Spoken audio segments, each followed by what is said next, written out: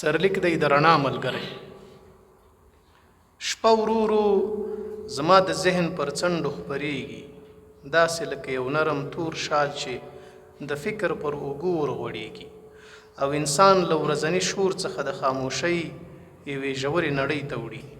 د دې خاموشۍ په تل کې یو عجیبه ډول رڼا پټه ده، نه د څراغ رڼا او نه د سپوږمۍ، بلکې د درون د ویښتابه او بیدارۍ یوه نالیدونکې او نه پناه کېدونکې رڼا.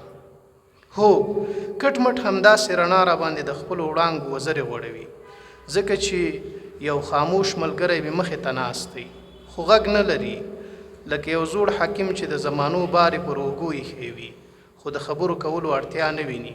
سترګې لري خو راته نه ګوري، ژبه لري خو څه نه وایي، او بیا هم هر څه راته وایي.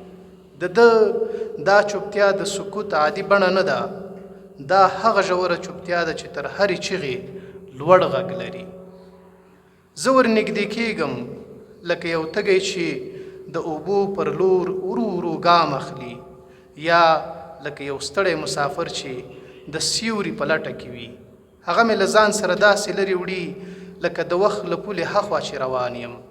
نه پښې خوځوم او نه لارې ته ګورم، خو بیا هم د خیالونو، فکرونو او احساساتو په اوږدو کې سفر ته دوام ورکوه. کله مې د تیرې پیړۍ په کوڅو کې ګرځوي، هلته چې زاړه دیوالونه د خلکو د کیسو شاهدان دي او هره دروازه یې د یوې نه ویل شوې خاطرې غږ لري.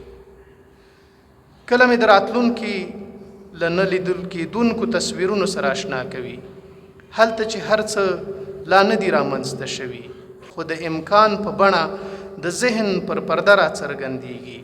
کله مې د زړه ژورې دروازې ټکوي، لکه یو پټ راز چې غواړي ځان ښکاره کړي، او کله مې فکر ته وزرونه راکوي تر څو د واقعیت له درانه زنځیر څخه ځان خلاص کړم او د خیالونو په اسمان کې الوت وکړم.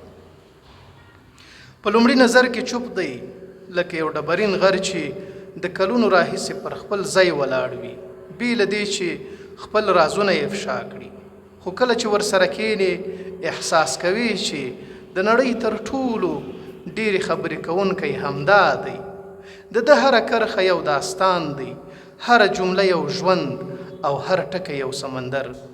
نه ستړی کېږي، نه خفه کېږي او نه درنه مخ اړوي، بس یوازې انتظار باسي، او هغه هم ستا د راتګ، ستا د لمس او ستا د پوهېدو، لکه یو وفادار دوست چې که هر څو ځله ترې لرې شي بیا هم ستا لپاره دروازه پرانستې ساتي. خلک تیریږي، ورځې تیریږي، وخت بدلیږي، لکه د سیند اوبه چې هیڅکله پر خپل ځای نه درېږي او هره شیبه نوی رنګ اخلي. خو دا ملګری هماغسې پاتې وي، دی پر ځای خو تل نوې خبرې لري، خاموش خو تل په شور کې ډوب وي. د ده سکوت د طوفان سکوت دی، هغه طوفان چې د انسان په دننه کې راپاڅېږي او هر څه بدلوي. دا ملګری کله د استاد په څیر درته لار ښایي، کله د مور په څیر درته غېږه پرانیزي، او کله د ملګري په څیر در سره خاندي او ژاړي. د ده په غېږ کې انسان یوازې نه وي، هلته د زمانې ټول غږونه، د انسان ټول احساسات او د ژوند ټول رنګونه سره یو ځای شوي وي. کله چې انسان د ده پر پاڼو د لوست ګوتې تیروي، لکه د تاریخ پر زخمونو چې لاس ږدي، او کله چې یې اړوي لکه د راتلونکي دروازې چې پرانیزي.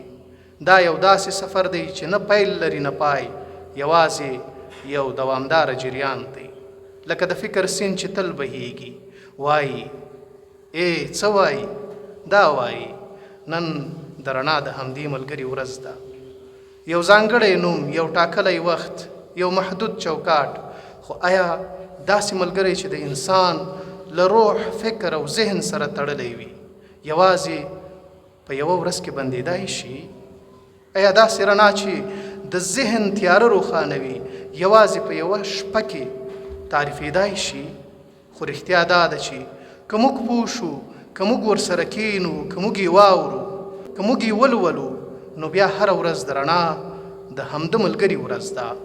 هره شیبه، هره لحظه او هر نفس، هره ساه د حضور نښه ګرځي. هو دا د کتاب ورځ ده. هغه ملګری چې چوپ دی خو نړۍ درته وایي، هغه رڼا چې پټه ده خو زړونه روښانوي. نو باید ومنو چې هره ورځ باید د کتاب ورځ وي او هره ورځ د رڼا د همدغه ملګري ورځ وي. ډېره مننه.